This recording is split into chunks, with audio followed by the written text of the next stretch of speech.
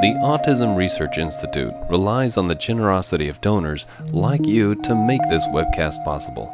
If you enjoy this presentation, please consider making a donation. Thank you.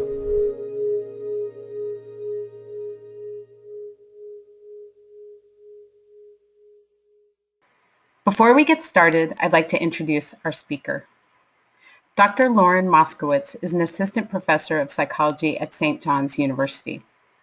She received her BS from Cornell and her MA and Ph.D. in clinical psychology from Stony Brook University. She completed her internship at NYU Child Study Center and Bellevue Hospital and her postdoctoral fellowship at NYU Child Study Center. Her research focuses on behavioral assessment and intervention for children with autism spectrum disorders and other developmental disabilities in naturalistic contexts, intervention for parents of children with ASD and DD, and cognitive behavioral therapy with children and adolescents. You can type your questions into the question section starting now and throughout the talk. We'll answer as many as possible at the end. These webinars are made possible through generous donor support. If you'd like to contribute, please visit our website at autism.com. And now I will turn it over to Dr. Moskowitz. Hi everybody, this is Lauren Moskowitz. Today I'm going to be talking about assessing and treating anxiety and problem behavior as it relates to anxiety in children and really individuals of all ages with autism spectrum disorder. Some of you may have seen the webinar I gave for ARI in June, a few months ago, and this is different from that because the focus of that was on treating challenging behavior or externalizing behavior, things like self-injury, aggression, tantrums, etc. We talked about doing a functional behavior assessment and then designing prevention, replacement, or response strategies based on the results of the FBA. And one thing I alluded to in that presentation was that one of the functions of problem behavior, for those of you might remember that there could be several functions or purposes of problem behavior or challenging behavior, like to gain attention or escape or avoid something you don't want to do, like homework, or to obtain something, an activity you want. But one of the possible functions of anxiety that we mentioned briefly was that individuals with autism may engage in problematic behaviors like aggression, self-injury, tantrums, etc., to escape something that makes them anxious. And they may not be able to talk about the fact that they're anxious. So given that there were, I think, a bunch of questions about that, we decided to do a full presentation on how you would assess and treat anxiety and problem behavior as it relates to anxiety in individuals with ASD. So today our focus is on anxiety specifically. And keep in mind, like we said, a lot of times individuals are engaging in tantrums, self-injury, aggression, etc. And today we're going to talk about how to address those behaviors when the function of it is to escape or avoid something that makes you anxious. Okay? All right. So first, we'll start out, what is anxiety? People probably use the term all the time and say, oh, I'm so anxious. But, it actually has a very specific meaning or definition. So first, let's explain what that is. So anxiety actually has three components. Some would say four components. But the three main components are the behavioral component of anxiety, the actual crying or running away part, the physical feelings part, your heart pounding or sweating, or your subjective feelings of worry or dread. And then your thoughts, the thoughts you're thinking, like, oh, I'm going to fail the test, or the spider's going to bite me, or I'm going to die if I don't wash my hands, and the germs are going to kill me. Whatever the thoughts are, there's thoughts that also make up your anxiety. Okay, so those are the three main components of anxiety.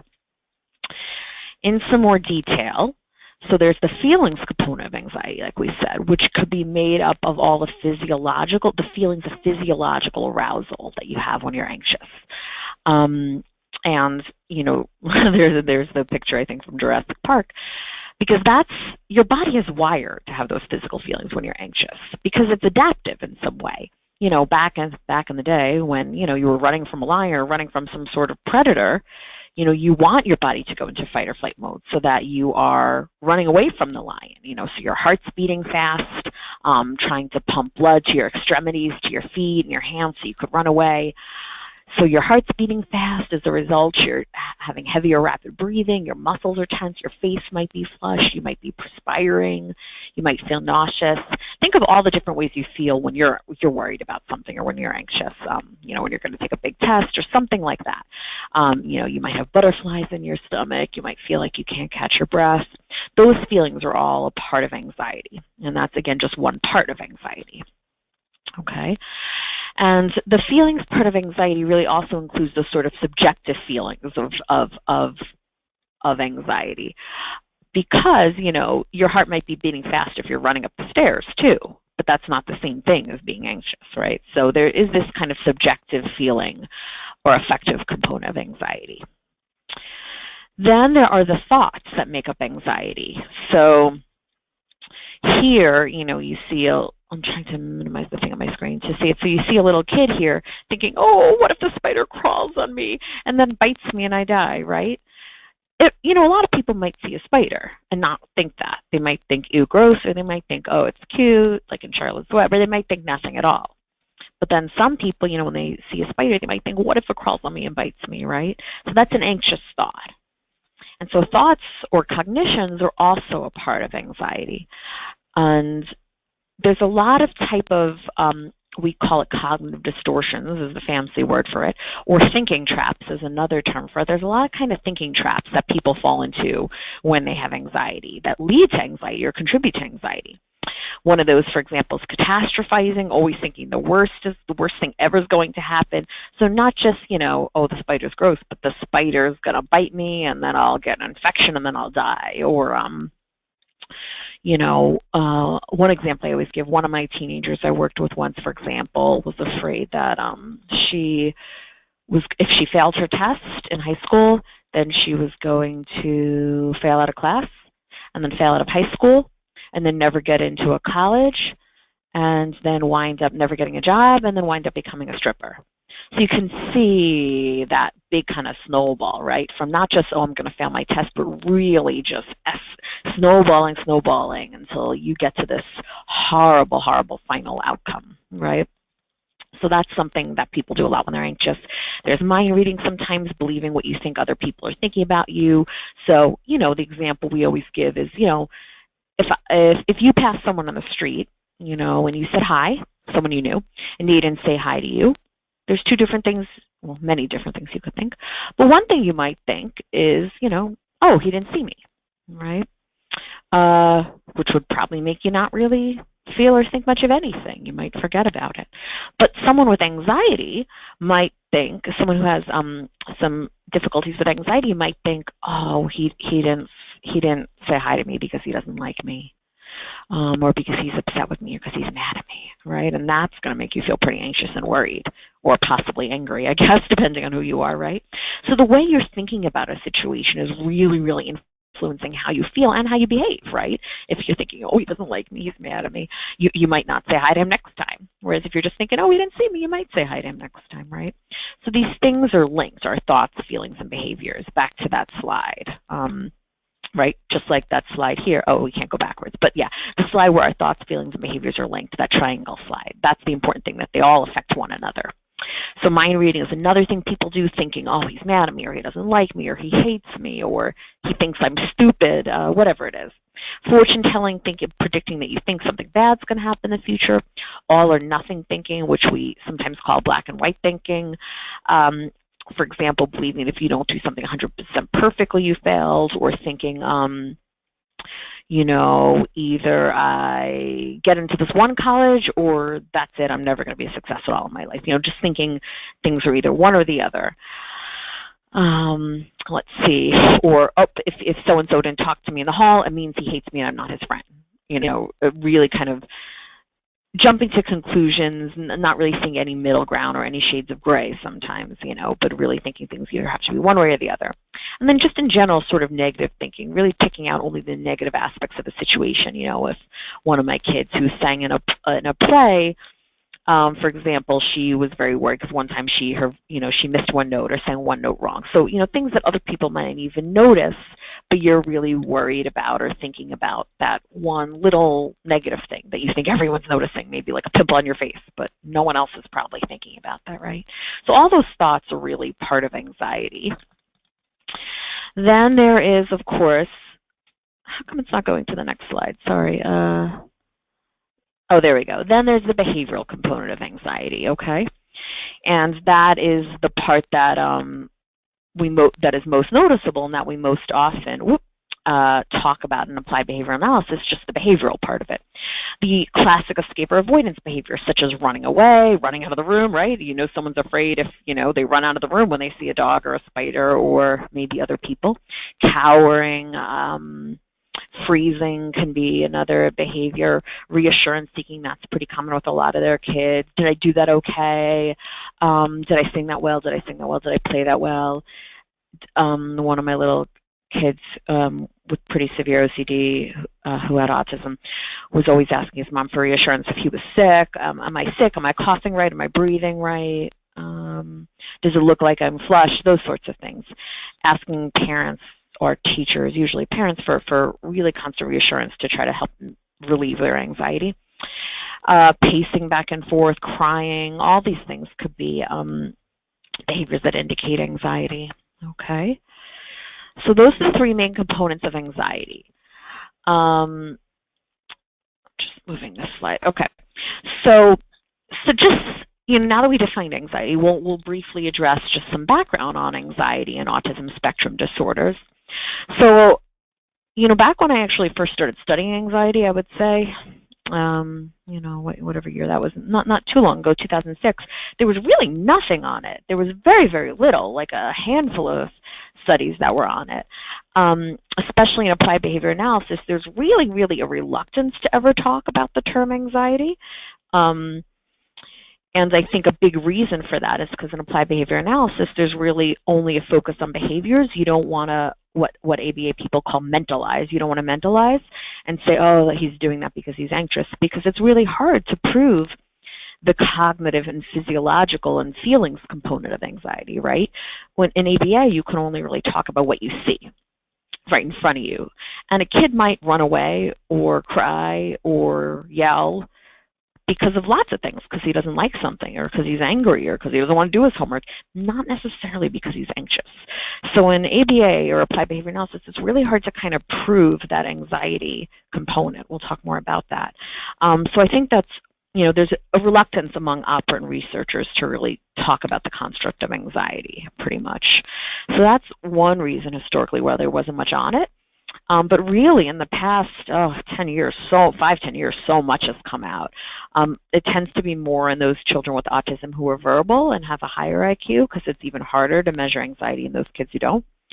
But the studies that have come out have actually shown that, contrary to the belief that, individuals with autism couldn't experience anxiety or didn't have anxiety, anxiety is actually more prevalent in youth with autism spectrum disorder than in typically developing individuals, or even in those with other developmental disabilities, such as Down syndrome. It's more common in children with autism than all those groups. But like we said, anxiety is often overlooked or unrecognized or really underdiagnosed in individuals with ASD. Due to by behaviorists, behavior therapists, ABA practitioners, and psychologists and psychiatrists, often a lot of groups. And one main reason it could be overlooked or undiagnosed is because of how difficult it is to, like we said, assess or measure anxiety in individuals with autism. This is in part due to their communication deficits. Like we said, anxiety has those three components. So we can observe the behavioral component. We can observe an individual running out of the room or crying or yelling or cowering. But they could be engaging in those behaviors for a variety of reasons. If they can't talk and say, I'm anxious, or I'm afraid of that, or, this test is making me nervous, or I'm scared the spider is going to bite me. If they can't verbalize those thoughts, it's really hard to get at the cognitive components of anxiety, or even the feeling components, like my heart's beating really fast, or, I feel lightheaded, or I have butterflies in my stomach. If a kid can't tell you that, it can be really difficult to figure out that anxiety is what's going on, right? because all you have is the behaviors to go on if an individual has an inability to communicate. This is, of course, an issue in individuals with autism who are nonverbal, but really it's even an issue for individuals with autism with a higher IQ, because they have what's called alexithymia, in that they may have difficulty, even those who are completely verbal with a high IQ, may have a lot of difficulty verbalizing their emotional states. So they might be able to tell you a lot about facts or other things, but they might have a lot of difficulty talking about, if they're anxious or afraid or frustrated or sad or happy.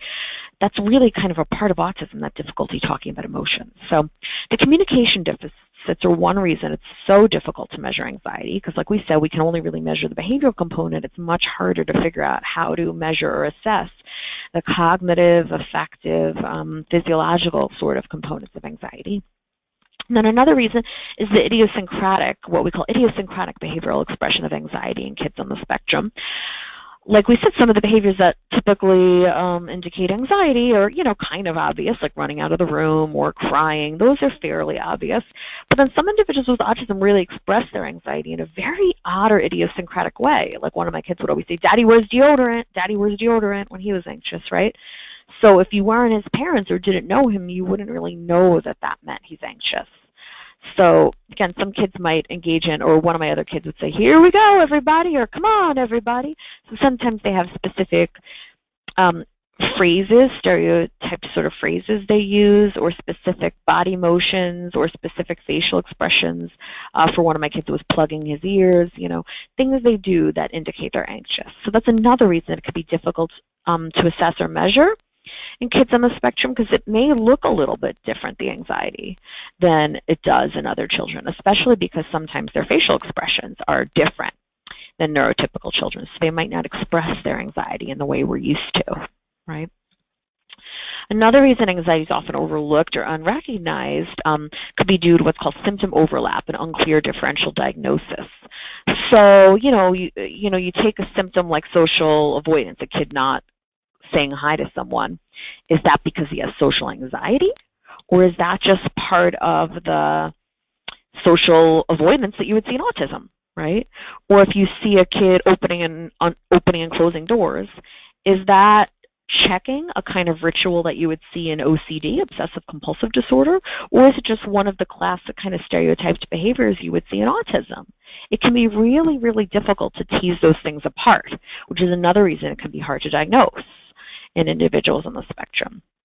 Related to that, there's also what we call diagnostic overshadowing, whereas classically the diagnosis of autism would sort of overshadow everything else about that kid. What do you mean they're anxious? That's just the autism. It's just the autism, And I think, again, that's the way it used to be, but we've really, come a long way from that in these past few years, where people really are recognizing, no, kids with autism can have anxiety, and they can have ADHD, and they do have all these temperamental variations that neurotypical kids have too. There's more to them than just the autism.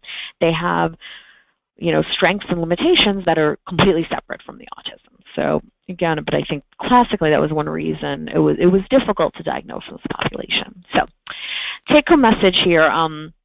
Anxiety actually is much more common in kids with autism than in other populations, but it's much harder to diagnose in kids with autism, so it's kind of that double whammy there. So that's some background. Sorry, I'm having difficulty clicking. Okay, so I don't have a lot of time to talk about assessing anxiety today, unfortunately, because we're going to just try to get to the treatment piece. But there are some assessment instruments. A lot of the ones that we use, a lot of the parent reports and parent interviews and child questionnaires that we use in neurotypical kids don't necessarily translate as well for kids with autism, often because parents will say things like, well, how do I know if they're scared, or how do I know if his heart's beating fast? So it can be really hard sometimes, the classic measures that people use.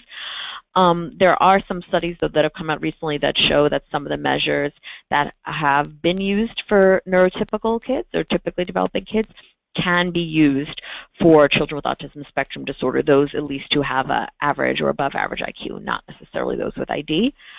For those of you who are interested in specific measures, you can contact me and I will let you know about those. But one thing I'll just briefly mention is a study we conducted a few years ago, published in 2013 in AJIDD. We really attempted to operationally define the construct of anxiety in 3 children with autism spectrum disorder who also had an intellectual disability, or ID. Because, like I said, most of the research on assessment really looks at those kids with autism who have an average or above average IQ, not those who have an intellectual disability, what we would formerly call mental retardation, but is now referred to as intellectual disability. Anxiety is much harder, like we said, to diagnose in these kids, often because they can't talk or tell us what's going on. So in this study, we did really kind of try to assess those 3 components of anxiety. The feelings component, which we assessed with an affective contextual measure, where we assessed that with parent ratings and blind undergraduate ratings of how anxious the kids seemed. Then we assessed the idiosyncratic behaviors that indicated anxiety in each of the 3 children. Things, like I said, for one child, it was like plugging his ears or turning his head a specific way. For another child, it was specific phrases like "Don't leave, mommy." And actually, I'll tell you about what those behaviors were as we get to those specific kids. And then to assess the physiological arousal, the children actually wore a heart rate monitor, which showed increased levels of heart rate and decreased levels of what we call RSA, or your parasympathetic activity. So it's like they have too much accelerator, if you will, and maybe not enough putting on the brakes. So there's a lot of physiological arousal difficulties there too. So again, we were able to kind of show that, or try to document that these 3 children were experiencing anxiety in specific situations, which we'll talk about, and that there's a relationship between anxiety and problem behavior, in that fewer problem behaviors, whether that's aggression or tantrums or yelling, occurred in the low anxiety than in the high anxiety conditions. And this sort of supports the hypothesis I mentioned at the very beginning of this talk, that one of the reasons, classically, like we said, applied behavior analysts would say individuals engaged in problem behavior or displayed problem behavior to escape a demand, something they don't want to do, or to gain attention, or to gain a tangible item or activity, or for sensory stimulation. But really, our hypothesis is that individuals with autism also may engage in problem behavior to escape or reduce anxiety. So this study really kind of supported that hypothesis, at least in these 3 participants.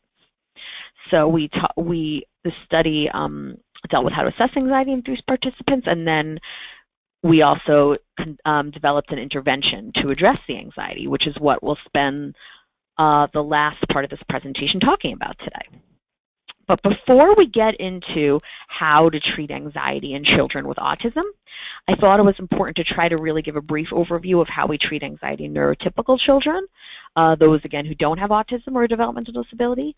And then I can explain to you how we modify it, or how it's a little bit different for those who have autism, okay? So one of the main components of treating anxiety in individuals without autism, and this is actually both children and adults, is what we call psychoeducation, which is just a real fancy schmancy psychology word for educating people or providing them with information about anxiety. So we explain what anxiety is, just like I defined it for you guys today. We try to normalize anxiety, which means just explain that everybody has some anxiety, right? Everybody in the world has some anxiety and has a function or purpose. Like we said, it's adaptive. If you didn't have any anxiety, you wouldn't be able to escape a predator, right? Nothing would mobilize you to escape a predator. Or you wouldn't probably even be motivated to study for a test or really do anything if you didn't have any anxiety at all, right? Because anxiety mobilizes us to action. So there's some good things about it. Everyone has anxiety. The problem comes when we have too much anxiety, right? Too much, and it's interfering with our ability to really get things done or function. And that I should mention at the beginning when I talked about those 3 components of anxiety. So everyone has it, but we really only diagnose an anxiety disorder if there is clinical impairment, meaning if it's really, really interfering in someone's life. So for example, I'm afraid of spiders. I don't like them. But it's not an actual diagnosable phobia because it's not impacting my life in any way. Whereas one of my girls with autism, who I worked with, was so afraid of spiders that she actually wouldn't go to the bathroom in school. She was 9 years old because she was afraid that there might be spiders in the bathroom. So she would actually have accidents in class because she was so afraid to go to the bathroom that there might be spiders. That is a clinical level of impairment, right? So again, normalizing anxiety. We all have anxiety. It has a function or a purpose. There's a reason for it. But the problem comes when we have too much anxiety or when our fight or flight systems are going off in a situation in which there's no danger. And that's really what an anxiety disorder is. Our body's telling us that we gotta escape the predator, run away, we're mobilizing, we're sweating, our heart's pounding, but there's really nothing to be afraid of. It's kind of a false alarm, okay? The fire alarm's going off when there's just burnt toast, but there's no actual fire, all right? So these are all the things we explain to individuals, both with or without autism. And we also try to externalize anxiety, right? Because again, people might feel a lot of blame, like it's your fault, but really, anxiety is just a problem like anything else, just like if you have a headache or a cold or anything else. And it's much easier to fight the anxiety if you can see it as something separate than you.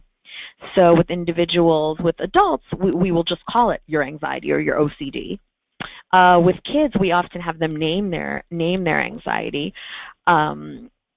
It can be, for one of my kids, it was Voldemort, for example, from Harry Potter.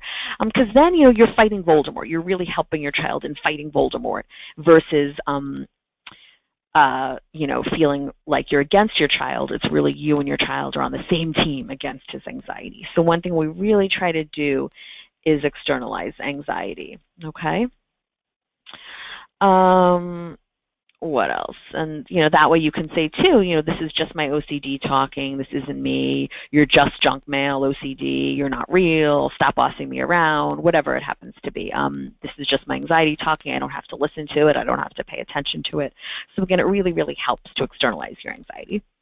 And we explain the rationale for treatment. We explain the rationale for why we're doing exposures, which we'll talk about, I think, in the next slide, and how you'll eventually habituate the more you expose yourself to something that makes you anxious. So we explain all of this in what's called psychoeducation, because, again, it makes it a lot easier to address anxiety if you can really explain to people what it is, what the point of it is, and how you go about addressing it. Okay. Next slide. Okay, so I would argue the main element of treatment in confronting anxiety disorders is what we call graduated exposure. And what that is it's what it sounds like, is that you're gradually exposing the individual to an increasing proximity or intensity or amount of the feared stimulus or situation. Increasing proximity meaning you're getting closer and closer to something that makes you anxious, like a spider, or increasing intensity of something, like if it's thunder, you might be listening to it louder and louder and louder, or amount of the feared stimulus. So if it's a social situation, you might start out at a minute and then go into 5 minutes or 10 minutes. You're basically, think about it as going into the shallow end and eventually progressing to the deep end of the swimming pool. And think about it. And the whole point of graduate exposures is eventually you're going to habituate, which means you're going to get used to it. When you first jump in a cold pool, it feels really cold, right? But it doesn't feel cold after you've been in it for a minute or 5 minutes, maybe not even after 30 seconds, because your body gets used to it. So, when people hear, wait a minute, I'm coming to see you and you're just going to tell me to do what makes me afraid of? If I could just do what makes me afraid of, why would I be coming to see you, right? So it kind of seems like, well, duh, or a no-brainer in some ways. But the important thing to remember is what actually maintains anxiety is avoidance. If you are afraid of dogs, when you see a dog, when you're crossing the street, you see a dog walking down the street, the natural instinct is to walk to the other side of the street, right? Escape the dog. And when you do that, you get reinforced in the moment. Your anxiety immediately goes down. Your heart rate immediately goes down. You immediately feel better, right? So what you learn is the next time I see a dog, I should walk to the other side of the street again, right? So that works in the moment. You feel better in the moment. But the problem is you never get to actually see that nothing would have happened to you if you confronted this dog. Or that if you stay in the situation, your anxiety would eventually go down, right? So that's the whole point of exposures, that if you actually stay in a situation, your body can only be at that high level of arousal. Humans that's the beautiful thing about doing exposures and why I love doing exposures. And because, that fight or flight mode we talked about when you're running away from the lion, your body's only wired to stay at that high level of arousal where your heart's beating fast and you can't breathe for a certain amount of time. You can't, even though you think you might stay at that high level of arousal forever, your body will eventually not stay at that high level of arousal. You will eventually start to feel better. But if you don't stay in the situation, you'll never get to realize that your anxiety will eventually go down anyway. You think the only reason your anxiety went down is because you left the situation, or you crossed the street, or you left the social situation at the party, right? So you never actually get to see that your anxiety is going to go down most likely anyway, or that you can live through the situation, that whatever happens, you can cope with it, right? So that's the whole point of exposure, is learning that you can actually cope with the anxiety-provoking situation versus running away from it. And that eventually, your anxiety will most likely go down anyway. Not always. Some people don't necessarily habituate to the same extent that others do, but eventually, nothing bad is going to happen to you in that situation. You learn that your feared consequences don't come true, right? So that is the beauty of exposure. And like we said, we don't tend to throw you in the deep end all at once. It's called graduated because we start out with easier situations, and we gradually work our way up to harder situations. We call that a fear ladder, or the official name for it is a fear hierarchy. But you progress your way up the fear hierarchy from less anxiety-provoking situations to progressively more and more anxiety-provoking situations. So the fear hierarchy is the official name for it. We can also call it a fear ladder, or a fear staircase, or a fear elevator, or a fear mountain, whatever you want. Just the general kind of metaphor of working your way up something is helpful for kids. This is an example fear hierarchy for one of my girls with autism, actually, and who was afraid of thunder and lightning. And you could see we had her rate her anxiety from not afraid to very afraid. And, we confronted these situations from easier to harder, where we start out with just looking at pictures of thunder and lightning and working our way up to listening to thunder and lightning and watching videos of thunder and lightning and seeing something that looks like lightning. And, eventually we were able to work our way up to watching and listening to thunder through the window when we're inside, watching the lightning outside and listening to thunder outside while having our hands in her ears, and eventually watching the lightning outside and listening to the thunder outside while having her hands out of her ears. We try to limit those avoidance behaviors, such as putting your hands in your ears, because if you're doing that, then the individual thinks the only reason they made it through the situation is because they had this avoidance behavior, or safety signals we call it sometimes. So the only reason I made it through was because I had my hands in my ears, or the only reason I made it through this panic attack is because I was holding my special panic pillow, or whatever it happens to be. You don't want people to, again, rely on those sort of crutches. You want people to realize that whatever happens, you're going to make it through the situation that makes you anxious, okay? So we're able to work our way up from these situations to the situations that made her very afraid. She was able to conquer her fear of thunder and lightning, which was wonderful. So that's really the key ingredient of most exposure, of most treatment for anxiety, is exposure, graduated exposure, okay?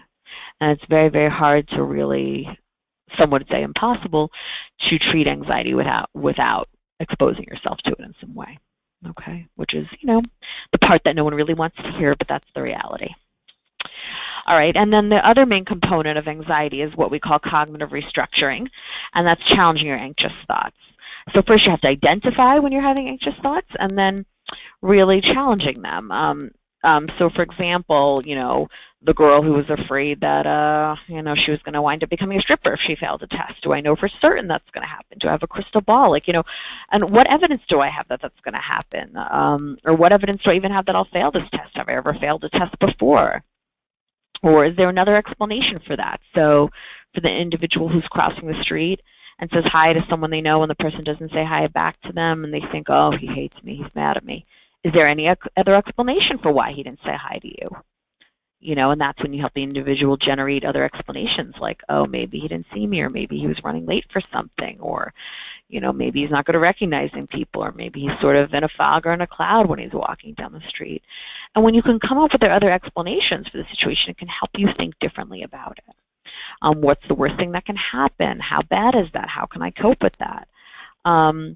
So for the girl who's afraid of the spider, for example, and thought, oh my God, the spider's going to crawl on me and bite me and I'll die, thinking, how likely is it that the spider's going to crawl on me? Well, it's probably not going to crawl on me. Last time I saw it in the bath, it didn't crawl on me. And, even if it did crawl on me, what's the worst that can happen?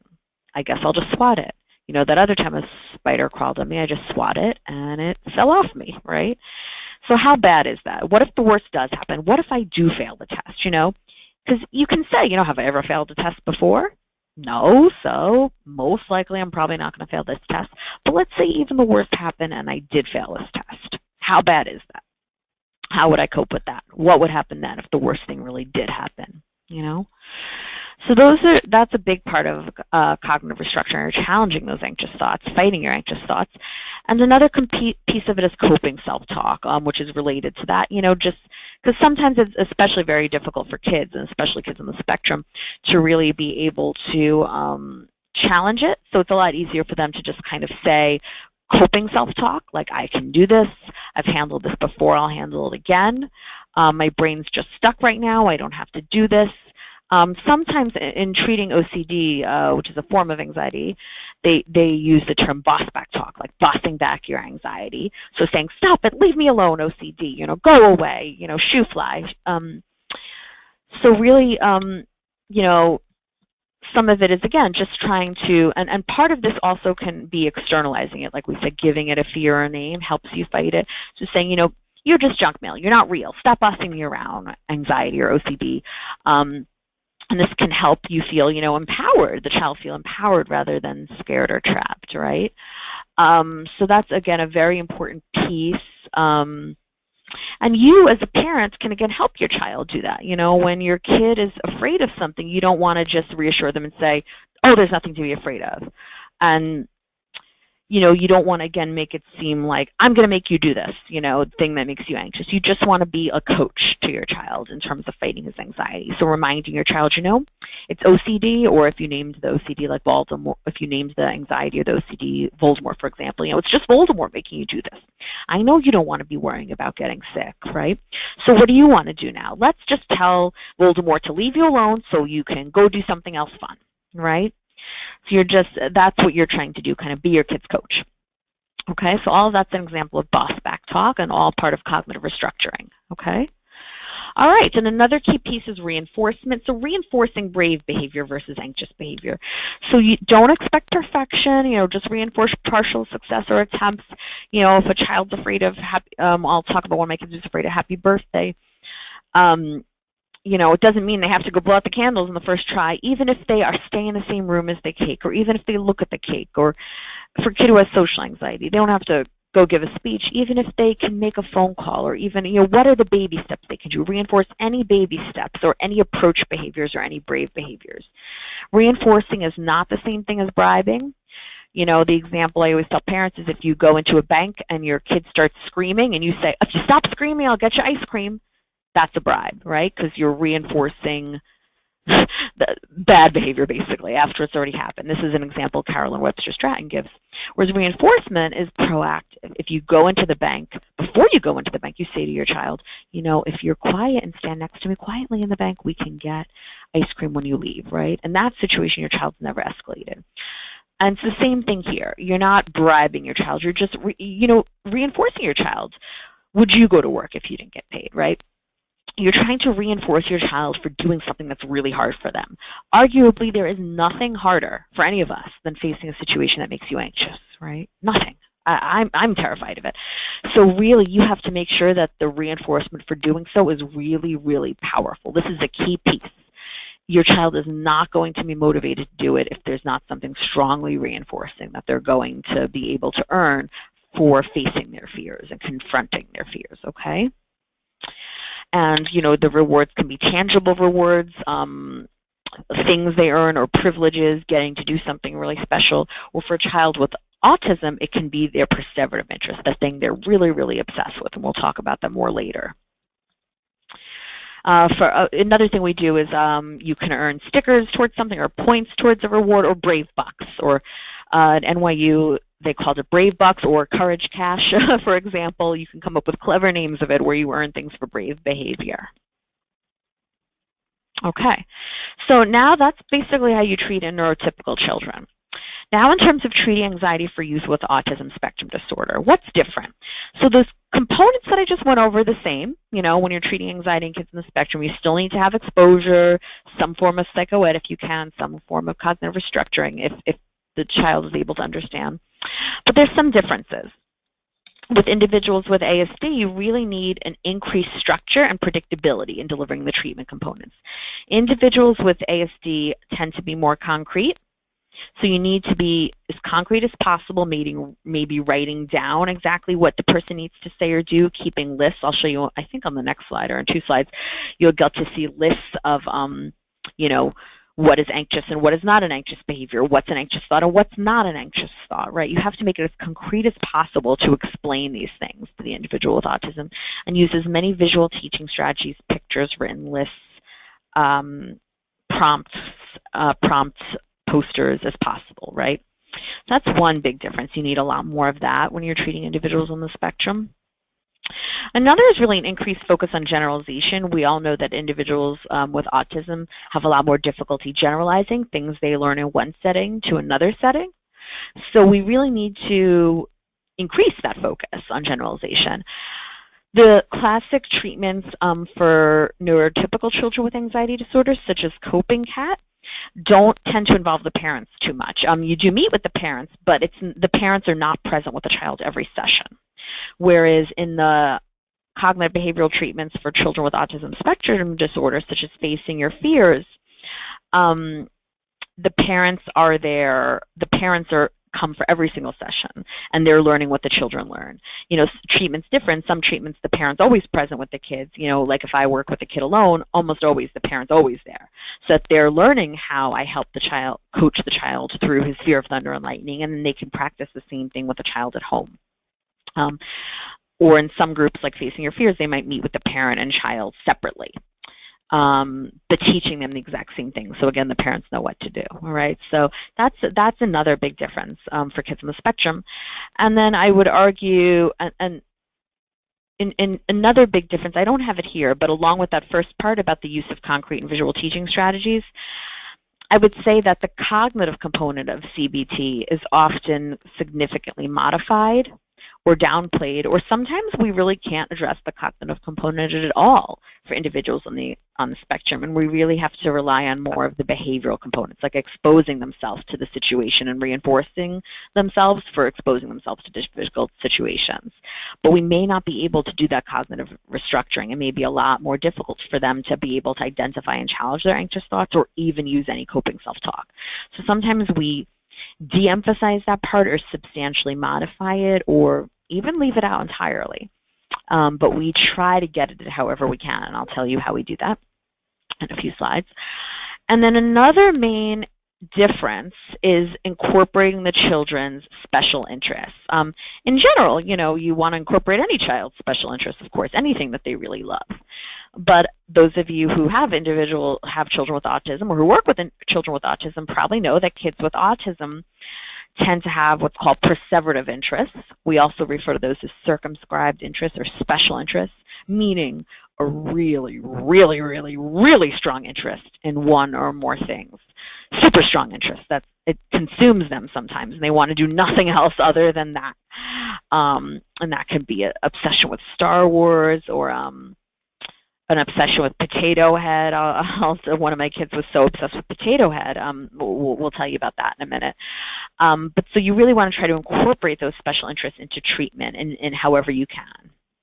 And I think that tends to be a difference from neurotypical kids. Neurotypical kids don't necessarily have, you know, they may love TV or love computer or love a specific TV show, but they don't necessarily have something they're so obsessed with and consumed with that all they want to do is watch that one Elmo video over and over and over again 50 times in a row, right? So even though that can be a challenge of working with kids with autism, when it comes to treating anxiety, to me that's almost an advantage in that they have something they love so much that it might be powerful enough to combat their anxiety or compete with their anxiety, okay? All right, so treating anxiety in ASD, the main strategies I use clinically and use in the research I'll talk about in a minute come from 3 fields. The first is cognitive behavioral therapy, which is what I talked to you about already. So we try to use the same CBT procedures that are used to reduce anxiety in neurotypical children, things like the graduated exposure, the cognitive restructuring, the psychoeducation. We try to use those procedures and adapt them whenever possible for kids on the spectrum. The second literature is applied behavior analysis. There have been some studies using applied behavior analysis to reduce what's called avoidant behavior or avoidant responding in kids with autism. And they use things like systematic desensitization, which is basically the same thing as graduated exposure or counter conditioning, which I'll talk about briefly soon. They of course use positive reinforcement for the children desensitizing themselves to these certain situations, and modeling, demonstrating for the kid what you're about to do. So for example, the study by Openden and Kagel in 2004, they use systematic desensitization to treat fear or dislike, whatever you want to refer to it as at the time, of certain sensory stimuli, such as blenders or vacuums in 3 children with autism. So most of the ABA literature does use some form of exposure or systematic desensitization to reduce avoidant responding, but they don't necessarily call it anxiety, right? Because like we said, in ABA, the focus is on the overt behaviors, and there's not the tendency to use the term anxiety because we can't necessarily measure the cognitive or feelings component. And then the third main literature is positive behavior support, which I talked a lot about in my presentation in June, okay? And positive behavior support, we can use a lot of antecedent-based and replacement strategies have been shown to be successful in reducing problem behavior in ASD and DD. In those studies, it doesn't necessarily say those children are anxious, because again, in ABA and PBS, it can be hard to document anxiety, but a lot of those same strategies would likely be effective in treating problem behaviors that's due to anxiety or in treating anxiety itself. So I'll explain what I mean by that. So quickly, first we'll talk about modifying the CBT components. So how would you modify cognitive restructuring for kids on the spectrum? Like I said before, you would either de-emphasize or modify it to meet the child's developmental level. In some cases, you might have to leave it out entirely. But we really what I try to do clinically, like I said, and in my research, is we try to convey the psychoeducation and the cognitive restructuring components of treatment using a lot of visual supports. Things like social stories. So I always write social stories for my kid in which I explain the psychoeducation, of what we explain what anxiety is. We explain that anxiety has a purpose. We talk about them running from a lion. We have a lot of pictures in there to help make those points clear. A lot of lists with pictures. So you can see the list here, like, for example, brave behavior, things I can do when I'm anxious, and afraid behavior, things I can't do when I'm anxious. Without that visual support, it might be really hard for a kid to understand. But this was for my little boy I told you about before with autism and obsessive compulsive disorder, OCD, who would ask his mom, am I sick? Am I sick? Am I sick? Am I breathing right? Am I going to get sick? Am I healthy? Is there something wrong with my brain? Am I breathing fast, right? And it could be really hard for him to know when he was doing those anxious behaviors or not. So we made this list for him where we could see on one side it listed all the anxious behaviors, the things he shouldn't do that made his anxiety worse. And then all the other things that were not anxious behaviors, things that he could do, like tell myself, I can do this, my anxiety will pass. Or he could go play tech deck or go play a board game or read a book, all the non-anxious or brave behaviors he could do. Okay? So that's an example of using a visual aid or visual support. Role-playing could be, making it as concrete as possible, basically, to try to teach the child. So for a child who was afraid when his parents left the house, really, we role-played, his parents leaving and pretended to be him and what would happen and how he would keep playing instead of running out after his parents, etc. These 3 pages I have on the bottom of the screen are 3 pages from one of my social stories that I wrote for the same child that I was just talking about, who was afraid of being sick all the time, afraid that he was sick. So as you can see, these 3 pages of the social story say, so to fight my anxiety, I will try not to ask mom these questions.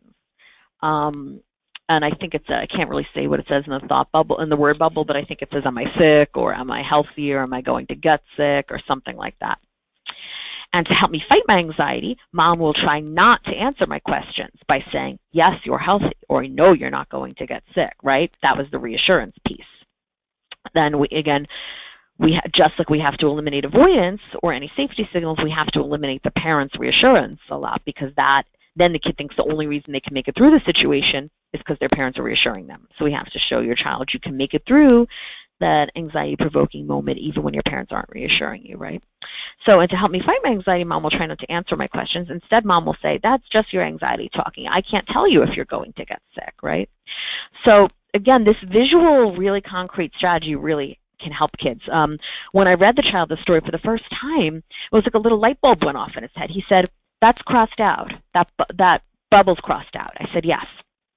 He said, how come? I said, because that makes your anxieties stronger. And he said, it's crossed out. That means I can't say it? I said, you're right. That means I can't say it. He said, okay. It was amazing. He really didn't say it again, even without any reinforcement. It was like he just needed to be told that he wasn't supposed to say that, and that really helped him, which is amazing. So usually it's not that easy, honestly, but in that situation, it was really, really helpful. Like seeing the bubble crossed out was like a light bulb moment for him. And then you could see in the third page of that social story there, it explains habituation. It explains how his anxiety will eventually get better when he stays in the feared situation. So at first, when Mom says, I don't know, or I can't tell you, I'll feel scared. But after a while, I will feel less scared. Then after a while longer, I won't feel scared anymore. I will see that my anxiety goes down after a while, even if Mom doesn't answer me, right? Just like if you're petting a dog and you stay in this situation, you'll see that your anxiety goes down, even if you don't run out of the room with the dog. So I'll write these individualized stories for every child with autism I work with, in which we explain their specific feared situations and how to confront it. So that's how we modify the cognitive restructuring component. In terms of modifying the graduated exposure component, what I do tends to be more, like we said, incorporating their perseverative interests as much as possible. So, for example, one of my friends, Dr. Ali Matu, a wonderful clinical psychologist who specializes in treating anxiety at Columbia, he's really creative in doing this kind of stuff. One of his children with autism spectrum disorder who had a needle phobia but was obsessed with Legos, had a perseverative interest in Legos, he was actually able to create a Lego needle. Right, so that's a way of making the thing they're afraid of a lot less scary when you're able to incorporate their perseverative interest into it in some way. Similarly, and you'll see a lot of examples of that in a few slides with my 3 kids, who I'm going to talk about. Another thing we do that I tend to do often is called counter conditioning. Or sometimes that's referred to as systematic desensitization. So it's different than straight graduated exposure, in that in graduated exposure, you're just exposing the child to the situation without anything else. So if I was afraid of dogs, I would just be sitting in the room with a dog or looking at a picture of a dog or watching a video of a dog, whatever that step of the exposure hierarchy is. But for a kid with autism, especially one who is maybe nonverbal or it would be difficult to explain to them that their anxiety will habituate if they just stay in the situation, it might be necessary to actually pair that anxiety-provoking situation with something very, very highly positive, their perseverative interest. And the first time I ever did this was a child who was so afraid of going to the doctor that it took 6 nurses and the doctor to hold him down each time he went. And his most perseverative interest, the thing he loved the absolute most, was potato head. So much to the point where parents hadn't let him have it in a few years, I think, because he was so obsessed with it, it really consumed him. So what we did was we brought potato head back, but potato head lived at the doctor's office. So the only time he ever saw potato head was when he went to the doctor's office. So pairing the doctor's office with potato head helped counteract or compete with his anxiety. So when he first got there, the very first time we told him, as soon as you get there, you're going to get potato head, he just sat on the examining table playing with potato head. We didn't do anything to him. Then the very next time, and he was so excited to see potato head, he was like, the eyes, the ears, the nose, the mouth, he was thrilled. And then the next time he went, he was even able to let him look in his ears while holding potato head. And then the next time he went, he was even able to get a shot or blood test, I forget which, while holding potato head. So that's a big difference, is that individuals, with neurotypical children or adults, we tend not to like to do counter-conditioning because we don't want them to think that, again, the individual, that the only reason they're making it through the situation is because they have potato head or because they have this thing. So we try to avoid that when we can. But for some individuals on the spectrum, like we said, who may have such severe self-injury or challenging behavior and not be able to understand that why they would need to confront the situation, it may become really necessary to pair it. In my clinical opinion, at least. Others would disagree with me on that, perhaps, and there's a lack of research on this. But it may be really necessary to pair it with highly positive stimuli. Another thing we tend to do is incorporate video modeling or video priming, and I'll talk to you about that with one of my specific examples in 1 or 2 slides. And we may need the parent to really implement positive reinforcement with a reward chart. Whereas, you know, in classic CBT, the kid is kind of administering his own rewards maybe when he confronts a situation. The parent probably needs to take a more active role. And you might want to incorporate functional communication training, which I'll talk about in 2 more slides, in this slide actually. So this is just sort of, so we already talked about how we would incorporate CBT. In terms of incorporating positive behavior support, those of you who remember my June presentation, like we said, in ABA or in positive behavior support, classically it's viewed that there's 4 main functions to problem behaviors, such as self-injury, aggression, tantrums. One of them is to escape a demand, you know, escape something you don't want to do, like escape doing homework or escape making your bed, escape or avoid making your bed. Another main function is to gain attention. Another is to obtain a tangible item or activity, such as a food or a toy or an activity like computer. And another is sensory seeking, to obtain sensory stimulation or to escape sensory stimulation, basically, an automatic function. So that's the traditional kind of ABA view. The way I like to reconceptualize it is that problem behavior could also serve one of those 4 main functions, but the purpose could be to reduce anxiety in some way. Not always, of course. Sometimes it is just to gain attention or escape something you don't want to do. But sometimes individuals with autism may resort to self-injury or aggression or tantrums or what have you to escape not just a situation they don't want to do, like homework as in noncompliance, but escape something that actually really makes them anxious, or like the doctor's office or singing happy birthday, whatever it happens to be. And maybe it's not just about gaining attention from mom and dad, but maybe it could be about gaining comfort or reassurance, like the little boy who would ask his mom, am I sick, am I sick, am I sick all the time? And if she wouldn't answer, you know, it might escalate to problem behavior. Instead of just to obtain a preferred tangible item or activity, it could be to obtain comforting or self-soothing object or activity to reduce your anxiety. And instead of just obtaining sensory stimulation or escaping sensory stimulation, it could really, one of the functions could be to reduce feelings of arousal that are associated with anxiety. So any of those 4 main functions of behavior could be reconceptualized as reducing anxiety in some way for specifics, for a certain child, okay? And so to kind of revisit what we talked about in the June webinar about functional communication training, one of the main strategies you use for positive behavior support is once you determine what the function of behavior is, you teach the child an appropriate form of communication to replace that problem behavior. So if a child is yelling or screaming or hitting to get out of doing his homework, you might teach him to ask for a break from his homework or ask for help from his homework. Or if a child is making animal noises in class to get attention from his teacher, you might teach the child to say, am I doing good work, instead, to get attention from his teacher. So once you teach the child an appropriate form of communication, it reduces his need to engage in problem behavior to get his needs met. Okay? So extending that to anxiety, if a child is trying to escape a situation that makes him anxious, you could also teach him to ask for a break or ask for help or ask for change in activity. You could also teach him to, again, ask for social interaction or attention or praise or reassurance, or ask for a comfort object or activity. So again, you could, teach an appropriate form of communication that helps him to reduce his anxiety rather than resorting to problem behavior. The one caveat I'm going to give, I don't usually use this, I use functional communication as a first-line treatment when treating problem behavior that functions to escape a demand or gain attention or gain a tangible or gain or escape sensory stimulation. I may not always use FCT as a first-line treatment for problem behavior that functions to escape or reduce anxiety. And the reason for that is because, again, we want the individual to be exposed to a situation that makes him anxious. We don't necessarily want him to be asking for a break or asking for reassurance. That said, with some children with autism, especially those, and again, this is all clinical. There is no research on what I'm saying right now on this slide. There really should be, and hopefully we'll do that at some point.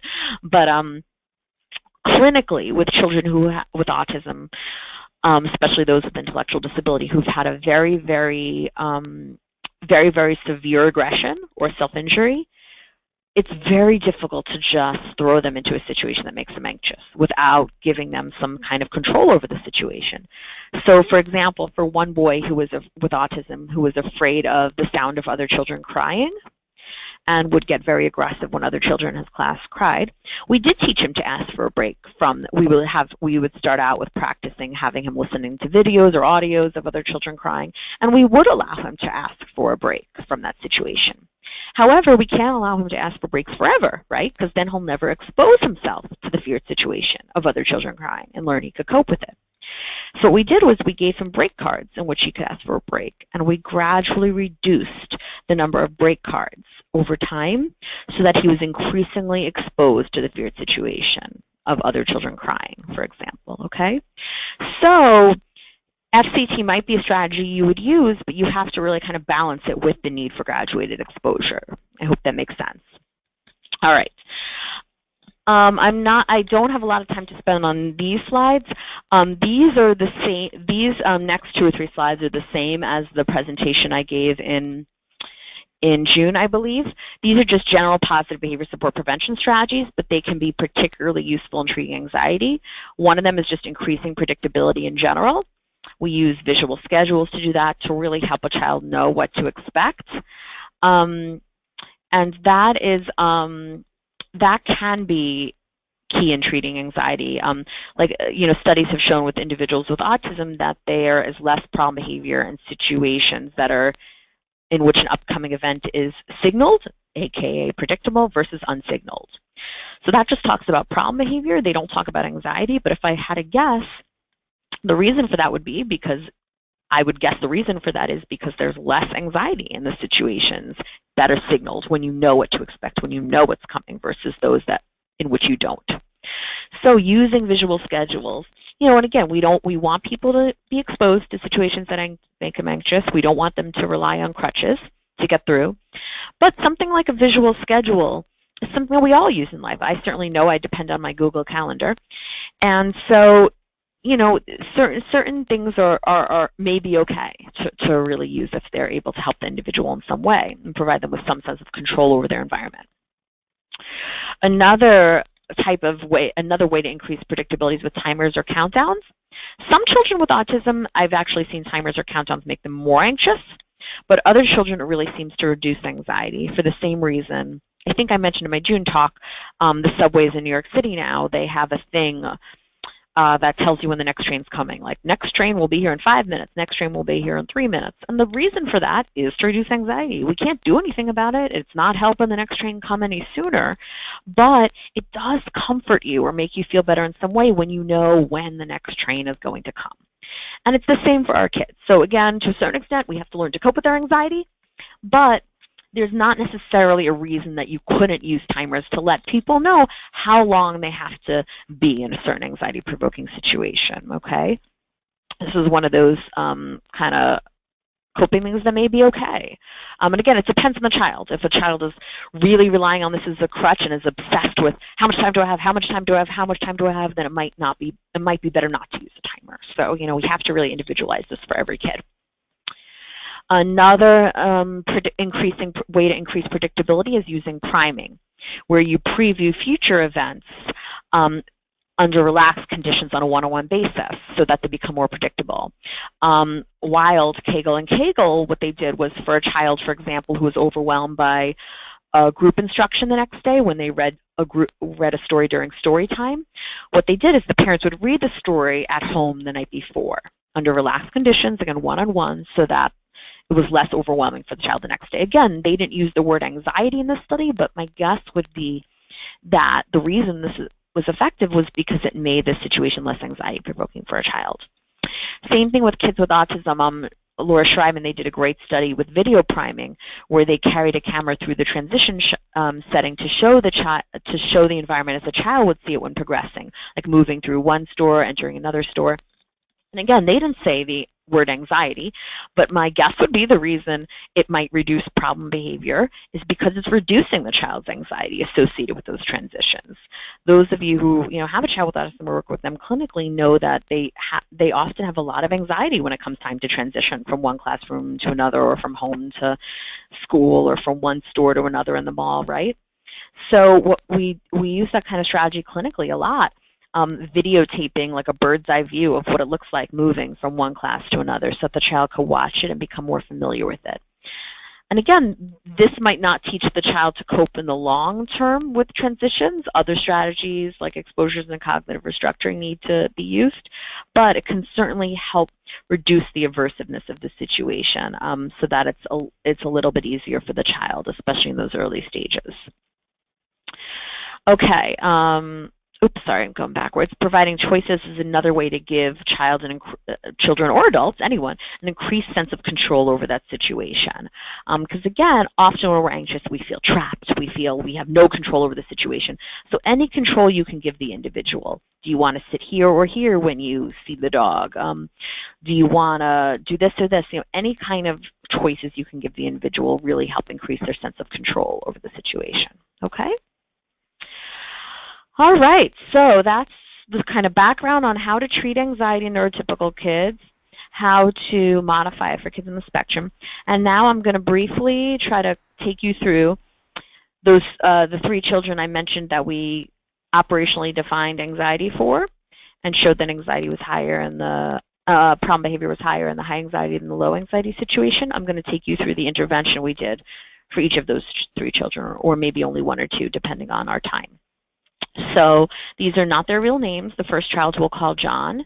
He was 6 years old at the time, and his anxiety context was participating in group activities, especially when people would sing happy birthday, which was very, very difficult for the family. Apparently there were a lot of birthdays in their family and with friends, and a lot of birthdays in the classroom, and this child would really run out of the room and cry and scream or hide under a table, and really it was very, very difficult for this child.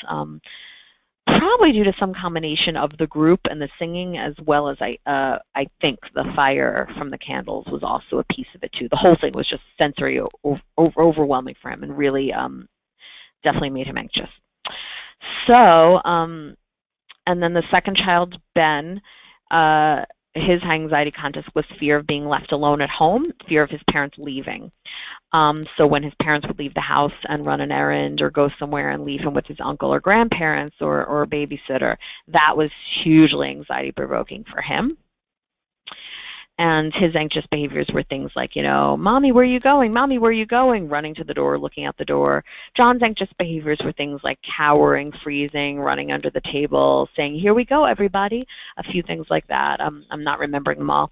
And then Sam, his anxiety context was when his parents made left or right turns while riding in the car. So he would cry, go straight, go straight, go straight. He would start plugging his ears because he didn't want to hear the blinker that signaled that they were going to make a left or right turn. It wasn't just the blinker, though, because even if there was no blinker, he still would cry for left and right turns. But either the blinker was a piece of the anxiety or at least just signaled that the left and right turn was coming. So that was his parents had really altered their driving route so they could drive straight as much as possible, which was amazing. You obviously couldn't drive straight forever, but they did drive straight more than you would ever imagine was possible. So those were the 3 children. So our multi-component intervention incorporated the prevention strategies we talked about, in which we alter the antecedent or setting events. For a refresher as to what those are, you could check out the June presentation I gave on positive behavior support. So the prevention strategies were really psychoeducation, which is also from CBT, increasing predictability, either using social stories or video modeling or video priming.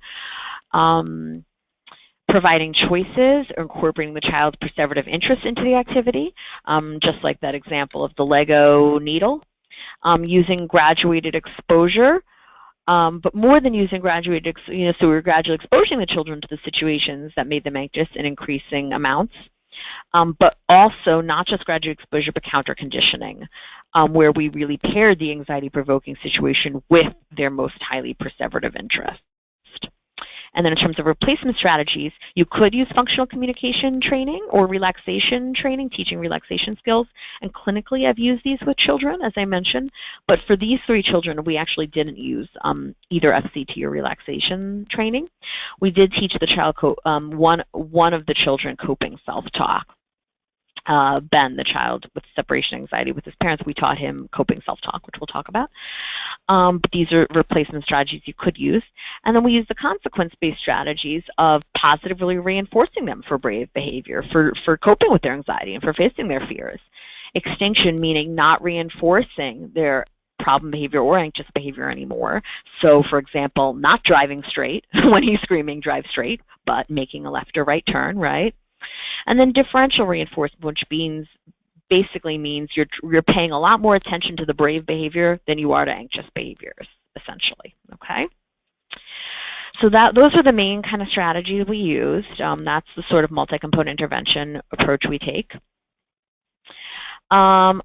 Unfortunately, our video clips are not working with the webinar. I'm so sorry. But what I was going to show you was a baseline of John, which means pre-intervention of how afraid he was during Happy Birthday. He's running down the stairs here, and his parents are trying to kind of bring him back for Happy Birthday, but he's screaming and yelling, crying, and running down the stairs, very, very afraid as soon as his family starts singing Happy Birthday. That's what you see in baseline.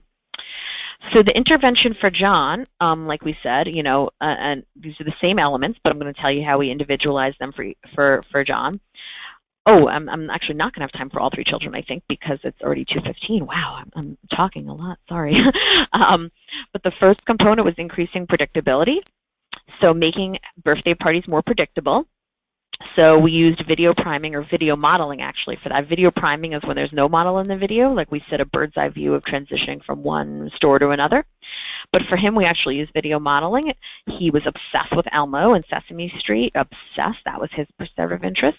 So we had him watch a video of Elmo and Abby's birthday fun, which was not only very reinforcing for him, but really helped birthdays become more predictable and take on a kind of positive connotation. And we also increased predictability by using priming, in which we practiced or rehearsed or previewed the Happy Birthday with a pretend birthday cake, that toy birthday cake by Leapfrog over there.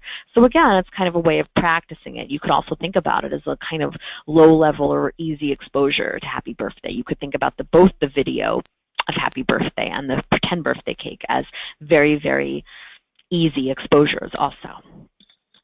So the next step, like we said, was gradually exposing him. So starting out with the birthday cake with the pretend birthday cake, starting out with a cake with the candles unlit, and gradually progressing to the candles lit. Starting out with just me or his mom singing to him, and gradually progressing to his brothers and dad, incorporating more people into it as well. Counter conditioning, so pairing, singing Happy Birthday with his most perseverative thing, which was, like I said, Sesame Street was his perseverative interest. So he was really obsessed with that Sesame Street pop-up toy pictured there, as well as that Sesame Street CD player. Those were his 2 most obsessive things, or perseverative interests. So what we did was we paired Happy Birthday with those. That's different than positive reinforcement, in that he didn't have to do anything to get them.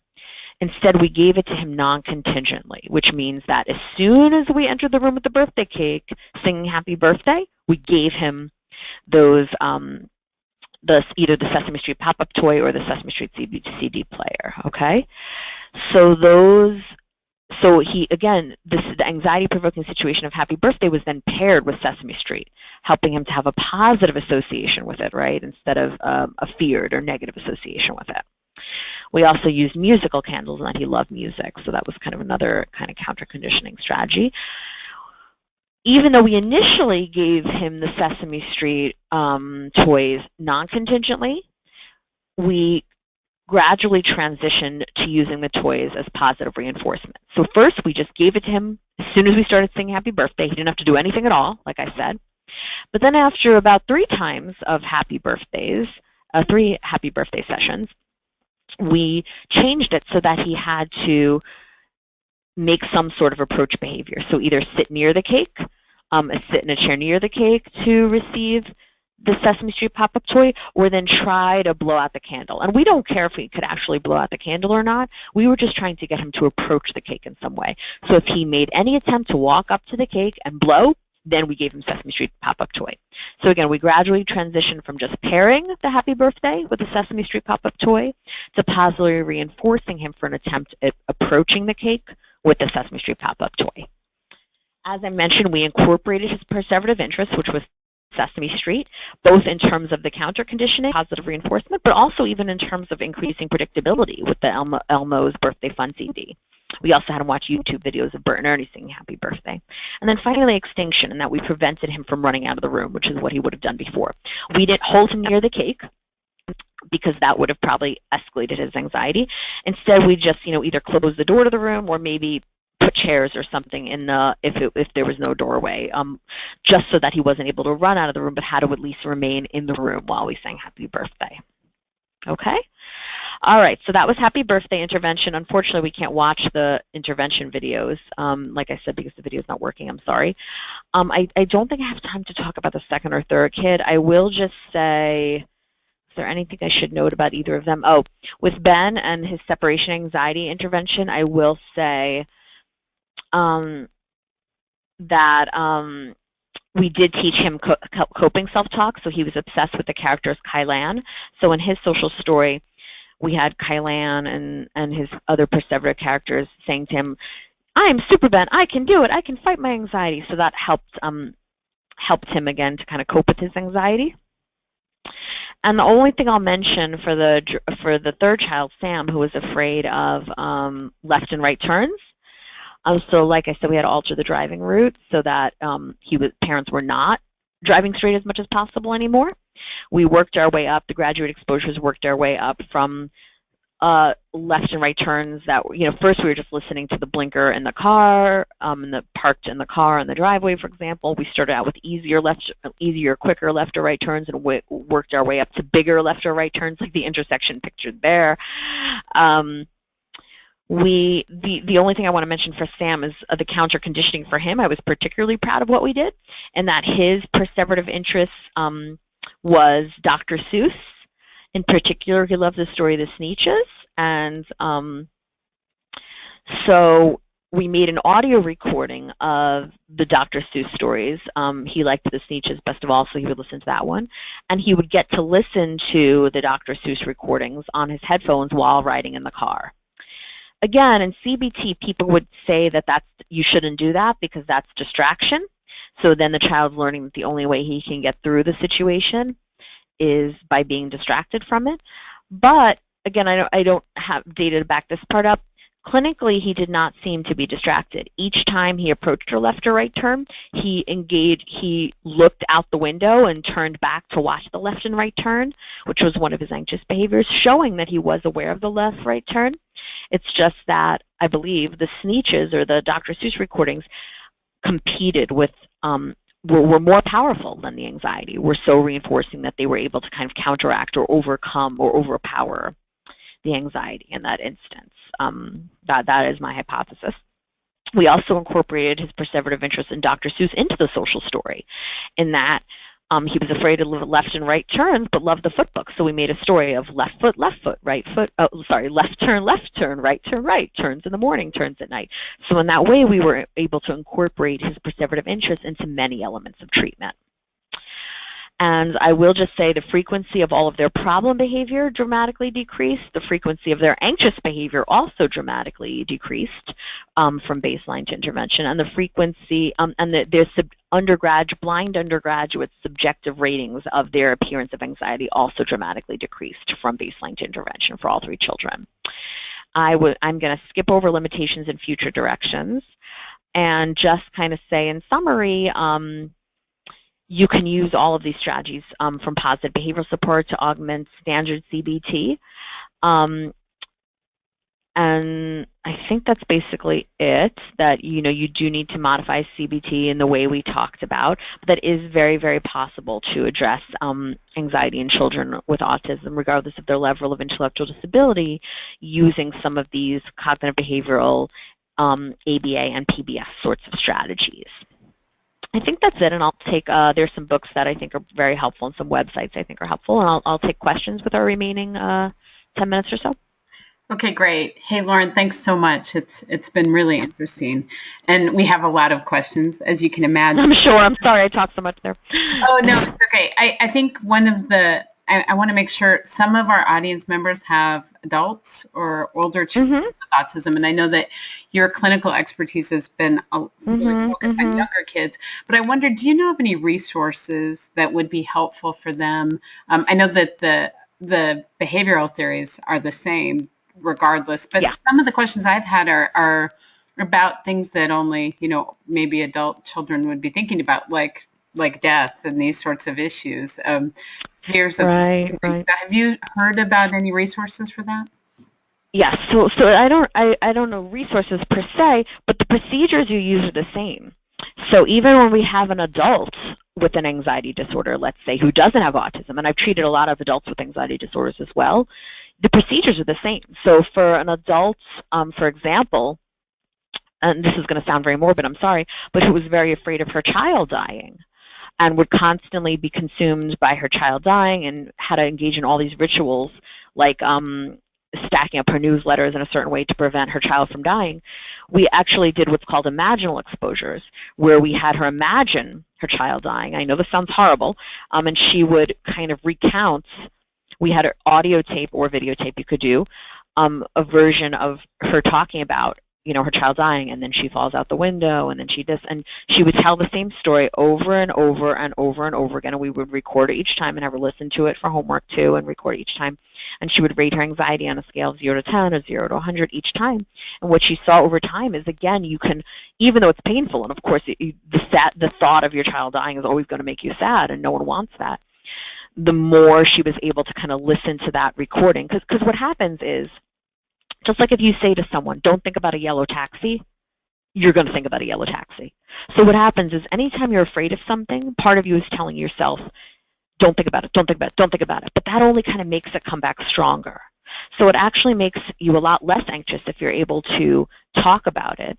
And again, with each retelling of the story, she became less and less anxious each time. Her overall, what's called subjective units of distress, or SUDs, decreased each time she was able to tell that story.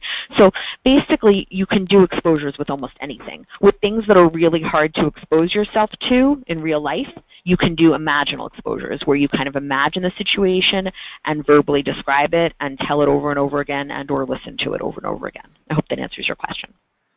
Okay, great. Yeah, I think that really addresses several of the questions that we had. So thank you so much. Great. So some of the questions we've had are from people whose loved ones aren't necessarily diagnosed with autism, although several people said they suspect that diagnosis is coming. And they're asking if visual strategies would be effective even with somebody who doesn't have a diagnosis. So I think they're thinking if maybe their child has ADHD or ADD, if those... Sure. Oh, absolutely. Yeah. Visual strategies, like we said, we all use visual strategies, right? Like just like the example I gave with the subway of seeing the 5 more minutes till the next train comes, that helps everyone. Or if you have an agenda book, or if you have Google Calendar, those are visual supports you're using. Or how many of us, I know I do, I put up Post-it notes reminding myself to do everything, right? Those are all visual strategies. So we all use those. We all use those. We all need those. We all benefit from those. It's just that kids with autism might need those even more than the average bear. But certainly anybody could benefit from the use of visual strategies or supports, sure.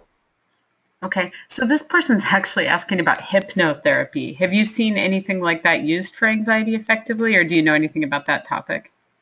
Hypnotherapy? Right, so I think they're talking about I don't know anything about that. No. I'm a behavior therapist or a cognitive behavioral therapist, so I don't tend to know anything about that. Okay. I don't believe there's evidence for that, but there very well might be. I don't know.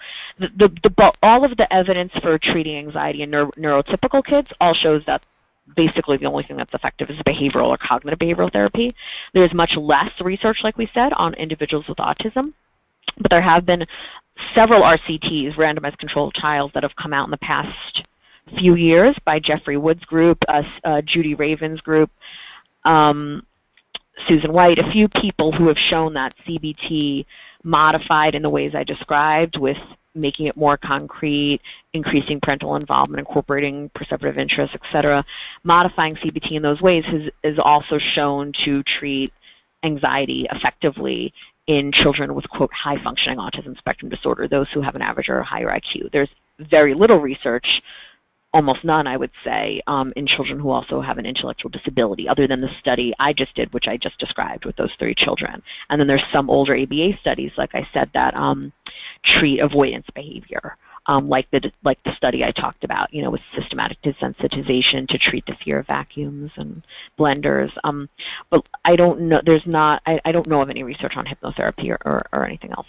Okay, here's a great question. It's about school. So in a school setting, it isn't always possible to do graduated exposure. What would be the best way to deal with it, especially in our nonverbal population? I'm thinking fire drills, tornado drills, going into large groups of assembly.